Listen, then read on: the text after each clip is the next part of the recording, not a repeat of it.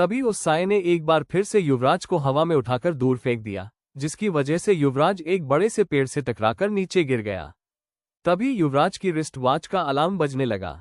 युवराज ने अपनी घड़ी देखी और उसकी सांसें तो जैसे रुक सी गई, क्योंकि अब रात के 1 बज चुके थे। तभी युवराज को सामने से उस साये की आवाज सुनाई दी, वो वक्त जा चुका है, अब तुम उसे आजाद नहीं कर सकते। अब ये रात 1 साल बाद आएगी।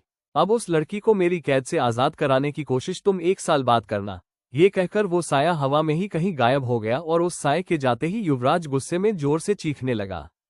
उसके चीखने की आवाज इस वक्त पूरे जंगल में गूंज रही थी। वहीं युवराज को खुद पर बहुत ज्यादा गुस्सा आ रहा था, क्योंकि वो आज फिर से सृष्टि की कोई मदद नहीं कर पाया था। अगली सुबह युवराज आंखों में गुस्सा और उदासी लिए उस पेड़ के सामने खड़ा था। उसकी नजरें झुकी हुई थी और मन में सिर्फ दुख और पछतावा था। लेकिन आज वहां युवराज को कुछ अजीब सा लग रहा था। आज वो सृष्टि की मौजूदगी महसूस नहीं कर पा रहा था और ना ही उसे सृष्टि की कोई आवाज सुनाई दे रही थी। युवराज ने उस पेड़ को गौर से देखा और उसकी आंखें हैरानी से चौड़ी हो गई, क्योंकि उस पेड़ पर अब वो लाल धागा नहीं बंधा था। युवराज हैरान होते हुए खुद से बोला, वो धागा कहाँ गया? पेड़ पर धागा ना देखकर युवराज ये तो समझ गया था कि सृष्टि अब मुक्त हो चुकी है, लेकिन वो ये नहीं समझ पा रहा था कि उसे आजाद किया किसने। युवराज हैरानी से उस पेड़ को ही देख रहा था कि तभी उसे पीछे से एक लड़की की आवाज सुनाई दी, कल रात वो धागा मैंने खोल दिया था।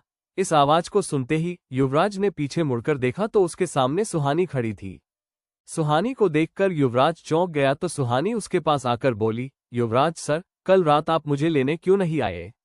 मैंने काफी टाइम तक आपका वेट किया, फिर जब आप नहीं आए तो मैंने खुद ही यहाँ आकर वो लाल धागा खोल दिया। युवराज इस वक्त इतना हैरान था कि वो कुछ बोल ही नहीं पा रहा था। तभी सुहानी आगे बोली, मुझे लगता है कि सृष्टि की आवाज उसका सपना, ये सब मेरा वहम था। अगर वो सब सच होता तो कल रात मैं इतनी आसानी से वो धागा नहीं खोल पाती।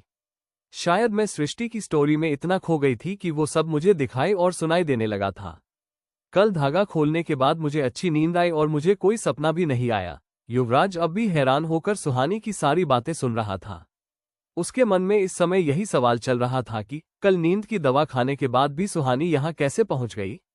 तभी वो बात को बदलते हुए बोला, अब निशा कैसी है? क्या उसे होश आया? सुहानी एक गहरी सांस लेकर बोली, हाँ, कल रात को उसे होश आया था। वो कुछ अजीब सी बातें कर रही थी, फिर वो मेरा खाना खा गई और फिर से सो गई, उसके बाद अब तक नहीं उठी है। अगर हमारी वीडियो अच्छी लगी तो लाइक करें और स्टोरी टेलर यूट्यूब चैनल को सब्सक्राइब करें।